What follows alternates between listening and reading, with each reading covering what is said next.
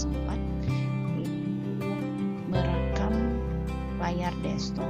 Saya menggunakan Facebook dan akan membuka presentasi mengenai mapel yang diambil.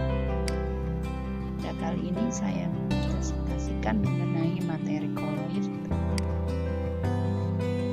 Materi koloid, standar kompetensi yang akan kita pelajari yaitu menjelaskan sistem dan sifat koloid serta penerapannya dalam kehidupan sehari-hari.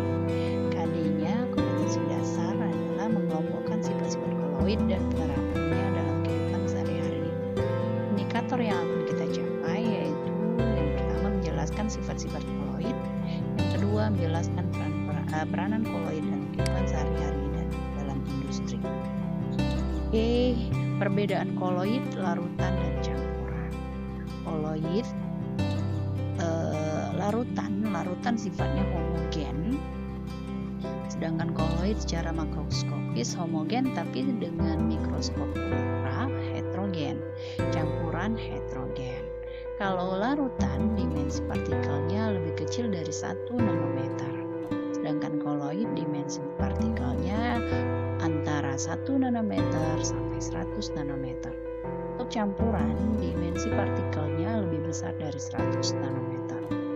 Koloid larutan sifatnya stabil. Kalau koloid pada umumnya stabil, sedangkan campuran tidak stabil. Untuk larutan tidak dapat disaring.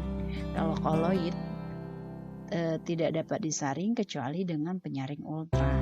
Campuran dapat disaring. Selanjutnya, yang akan kita pelajari adalah mengenai sistem koloid dan sifat koloid. Sistem koloid, kita akan mempelajari pengertiannya, jenis koloid, dan penggunaan koloid. Apa itu koloid? Koloid adalah suatu campuran zat heterogen antara dua zat atau lebih, di mana partikel-partikel zat yang berukuran koloid tersebar merata dalam zat lain. Ukuran partikel berkisar antara 1 sampai 100 nanometer. Di dalam koloid ada dua bagian. Yang pertama zat terdispersi, yaitu zat yang terlarut di dalam larutan koloid. Yang kedua zat pendispersi, yaitu zat pelarut di dalam larutan koloid. Perbandingan sistem koloid. Jadi sistem koloid itu ada 8. Kenapa 8? Karena gas, fase terdispersi dan pendispersi gas dalam gas bukan koloid, karena gas bercampur secara homogen.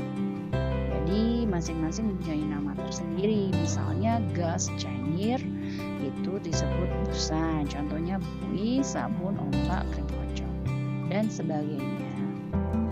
Selanjutnya bisa kita baca di sini 8 jenis koloid. Koloid digunakan di berbagai industri karena koloid merupakan satu-satunya cara untuk menyajikan suatu campuran dari zat-zat yang tidak stabil melarutkan secara homogen dan stabil pada tingkat makroskop. Contohnya, cat mengandung pigmen yang tidak larut dalam air atau medium cat, tetapi dengan sistem koloid dapat dibuat suatu campuran yang homogen, merata, dan stabil. Sifat koloid. Sifat koloid ada berbagai macam. Yang pertama efek Tyndall, gerak Brown, kemudian muatan koloid, koloid pelindung, dialisis, koloid liofil, dan contoh dalam kehidupan sehari-hari untuk koloid ini ada kopi, susu, kemudian margarin dan segala macam. Ini alat dan bahan yang digunakan: kopi, gula, susu, air. Setelah itu senter, gelas aqua. Berkas cahaya akan kita lewatkan melalui sebuah karton, kemudian larutan sejati, larutan koloid, dan layar, maka akan terlihat. Berkas cahaya tersebut untuk larutan, maka berkas cahaya akan diteruskan. Berkas cahaya untuk koloid akan dihamburkan, dan berkas cahaya untuk suspensi akan dihamburkan. Efek Tyndall adalah efek efek penghamburan berkas sinyal oleh partikel-partikel yang terdapat dalam sistem koloid, sehingga jalannya berkas sinar terlihat. Apabila seberkas cahaya dijatuhkan pada larutan sejati, maka larutan sejati akan meneruskan cahaya. Sedangkan pada larutan koloid, maka akan dihamburkan. Yang kedua, gerak Brown. Gerak Brown adalah seperti ini ya, gerak acak atau patah-patah oleh partikel koloid. Selanjutnya, elektroforesis. Elektroforesis adalah peristiwa pemisahan koloid yang bermuatan.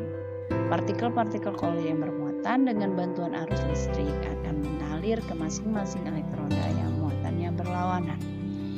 Partikel yang bermuatan positif bergerak menuju ke elektroda positif. Adsorpsi. Adsorpsi adalah proses penyerapan pada permukaan dari partikel koloid yang memiliki muatan listrik. Selanjutnya, koloid pelindung. Koloid pelindung adalah koloid yang dapat melindungi koloid dari proses koagulasi atau penggumpalan. Contoh koloid pelindung adalah pada pembuatan es krim digunakan gelatin. Gelatin adalah koloid pelindungnya untuk mencegah pembentukan kristal besar es atau gula. Dialisis. Dialisis adalah proses penyaringan koloid dengan menggunakan kertas pulpen atau membran yang diletakkan di dalam air yang mengalir. Dialisis digunakan dalam proses pembuatan koloid untuk menghilangkan ion-ion yang dapat mengganggu kestabilan koloid tersebut. Suatu koloid dikatakan koloid liofil apabila terdapat gaya tarik-menarik yang cukup besar antara zat yang terdispersi dengan mediumnya. Sedangkan disebut koloid liofop apabila tarik-menarik tersebut tidak ada atau sangat lemah. Demikian presentasi saya. Assalamualaikum warahmatullahi wabarakatuh.